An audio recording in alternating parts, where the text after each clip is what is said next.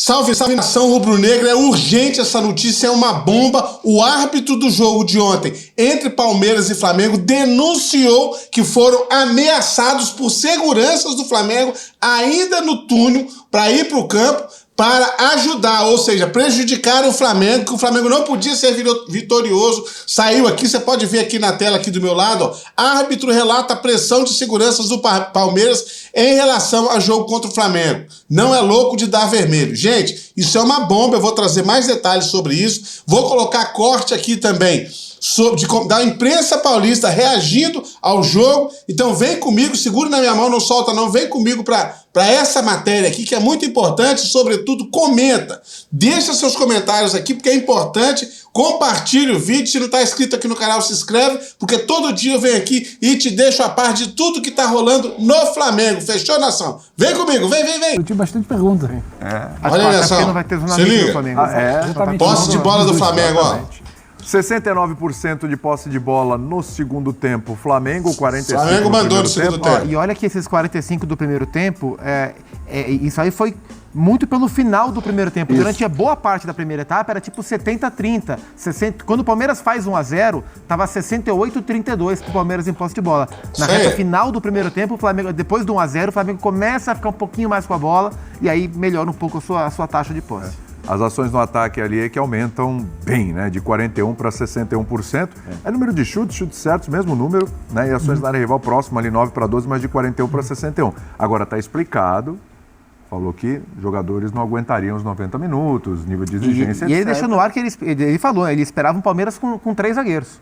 Exatamente. Ele esperava o Palmeiras marcando em linha de 5, porque nos 2 últimos jogos, inclusive no Atlético Paranaense, que foi um time reserva praticamente, o Palmeiras também foi com 3 zagueiros, foi com um Naves ali, e no jogo contra o São Paulo também. Então eu acho que ele também justificou os pontas escalados. Não funcionou, ele foi surpreendido. Esperando o Palmeiras com 3 zagueiros e Mike Piquerez bem soltos, para ele tentar atacar o costado, como ele falou. Né? Mas não foi o que aconteceu. Não foi o que aconteceu. E é interessante porque é exatamente isso. Deu errado, não é que não tinha explicação.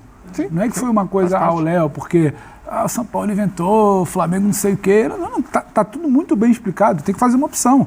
Tá tudo muito explicadinho. E se ele tem a opção de no segundo tempo ter Ribeiro, Arrascaeta e Bruno, bom para ele. O Abel não tem. Isso. Tinha muita gente jovem, até por isso demora a mexer, até por isso o Palmeiras cansa. O Flamengo tem tempo para criar, em algum momento e acabar fazendo gol como fez. Então, assim, o resumo assim, se ele realmente não tinha como contar com jogadores 90 minutos, né? Aí você pode questionar, mas tem que ir, porque o jogo com o Palmeiras é uma outra história. Mas vamos lá, são as informações que ele tem do departamento médico. E o que ele achou que viria. E o que ele achou que viria. De linha de 5, ele fala muito em que queria homens para 1 contra 1. Perfeito. Ele faz essa tática, ele ainda preserva o jogador, aí coloca no segundo tempo. Ele consegue sair do Allianz Parque com um empate. Flamengo agora 25 pontos aí, né? Ainda tem muito campeonato pela frente. Não deu errado. O que eu acho assim, a gente pode encontrar todas as justificativas, as explicações e compreender taticamente as escolhas dele. Mas é evidente que qualquer técnico que possa contar com a Arrascaeta 100% do ponto de vista físico não vai tirar o Arrascaeta do time. Então, assim, o primeiro motivo da saída do Arrascaeta não é evidentemente um motivo tático. Não é falar, não, esse jogador para esse tipo de jogo não serve para mim. Ele serve para todos os jogos, o Arrascaeta. Não é por isso. Então, a gente tem que partir dessa premissa para entender a escalação dele. Aí tudo bem, se você quiser discutir, e eu discuto isso, porque eu sempre acho que assim, essa priorização de Copa do Brasil que se dá aqui no Brasil já há algum tempo é bem discutível, sobretudo quando você fala de um jogo como esse, que é um jogo entre 2 times, entre os favoritos para conquistar a competição, ainda que hoje bem abaixo do Botafogo. Mas assim, a gente tem que lembrar disso. Primeiro, a saída do Arrascaeta não é uma escolha técnica ou tática acima de tudo. Não, ela é acima de tudo uma escolha física. E acho que ele até falou isso. Ele não costuma atribuir as ausências dos jogadores a escolhas físicas. Em geral, ele sempre dá a explicação tática de por que ele escolheu aquele substituto. Ele não gosta muito de falar, deixei de fora, porque senão ele não aguenta. Sim. Mas no final, ao responder a pergunta sobre o Ayrton Lucas, ele ainda citou o Arrascaeta. Então, esse é o primeiro ponto. Então o torcedor pode ficar bravo com o Sampaoli, que poderia ter começado com o Arrascaeta, mas assim, o Arrascaeta jogou todo o jogo contra o Atlético Paranaense. E muito bem, e num bom nível físico. E o torcedor não ia reclamar se ele não começasse jogando na próxima quarta-feira o jogo de volta? Acho que iria. Então esse tem que ser o primeiro ponto. O segundo ponto é, olha para o banco do Flamengo. Eu até brincava com o Zupa ali, enquanto a gente estava no camarim, e falava, cara, olha isso. E vem Everton Ribeiro, e vem Arrascaeta, e vem Bruno Henrique. Isso porque o Flamengo Sacanagem, tinha né? desfalques como o Gabigol, como o Léo Pereira, enfim, como o Pulgar, desfalques importantes, desfalques que estão no time titular do Flamengo. São titulares. Então acho que assim, ele também faz valer a qualidade do elenco dizendo, pera lá, o meu adversário, ele não vai jogar 90 minutos no mesmo nível, seja por razões técnicas, porque se ele mudar para manter a questão física, ele vai ter que pôr os adolescentes que estão no banco de reservas, seja por razões físicas, porque se ele mantiver o time todo até os 40 do segundo tempo, o time vai cair fisicamente. Então, eu acho completamente normal nesse caso específico, embora eu não defenda a priorização da Copa do Brasil em detrimento do brasileiro, eu acho completamente normal que nesse caso específico, no contexto que ele tinha, e sendo o Arrascaeta, o cara com o histórico de lesões que tem, tudo que aconteceu com o Arrascaeta no ano passado. Deixa a sua opinião aí, se você concorda com ele. Ele está dizendo que acha que correto que o Sampaoli começou com a Arrascaeta no banco, tá? Já eu vou trazer aqui, vamos ver essa analogia, que eu já vou trazer aqui a questão do árbitro que fez a denúncia lá. Muito grave, dicas de passagem. Comenta aí o que você acha essa questão. Você acha que realmente o Sampaoli fez certo deixar Everton Ribeiro e Arrascaeta preservados para o jogo de quarta-feira contra o Atlético Paranaense? Vamos seguir. Ele diga, cara, esse cara para mim é especial. Esse cara, ele vai ser dosado, ele vai ser preservado. E falo isso com muita tranquilidade, porque eu me lembro que naquele jogo em que ele trocou 5 contra o Bahia e tal, eu falei no final, o São Paulo tá louco. Sim. O Arrascaeta tá acabando de voltar de um longo período afastado. Primeiro jogo dele como titular, ele vai deixar o Arrascaeta 90 minutos em campo? Deixou. E o Arrascaeta estava sentindo no final daquele jogo. Eu acho que, desde então, se você for olhar, ele tem dosado aquele que é, para mim, indiscutivelmente, o seu melhor jogador do ponto de vista técnico. Até porque talvez o campo pudesse dar uma resposta, né? Talvez ele tivesse pensado no Gerson fazendo mais um Arrascaeta, né? Em algum momento do jogo. O Gerson não foi mal hoje, né, Marra? Foi bem, achei até. No... Sim, claro, não é o Arrascaeta. A característica é diferente, isso, mas exato. acho que ele poderia fazer. Ele poderia, já que eu não posso contar com esse cara, mas entendo também que o Palmeiras forçou muito bem abrir o meio campo do Flamengo. Eu acho que abriu. O jogo, a gente estava vendo o jogo juntos, o Pac destacou de cara, assim, o jogo grande que fez o Mike. E aí, em vários momentos, estava o Mike, estava o Piquerez, estava chegando uma quantidade de jogador de defesa dentro da área. Ao mesmo tempo.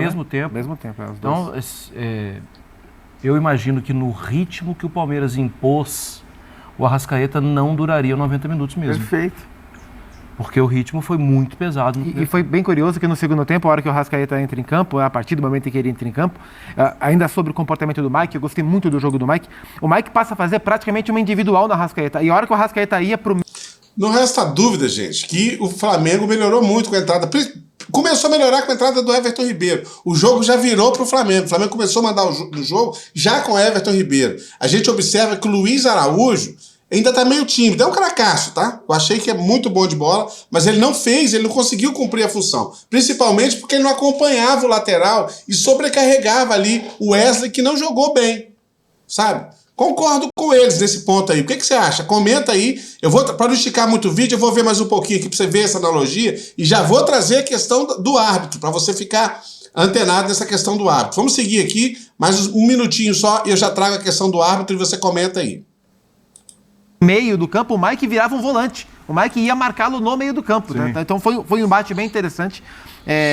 O Palmeiras, nos últimos jogos, como o Dudu e Arthur fecham muito para dentro, o Palmeiras tem soltado muito os laterais. Né? E o Mike, bem fisicamente, ele tem uma característica que o Marcos Rocha, por exemplo, não tem, que é esse cavalo para passar. Bom, a final da Libertadores em Montevidéu foi assim que o Mike vai para a linha de fundo para servir o gol do Rafael Veiga.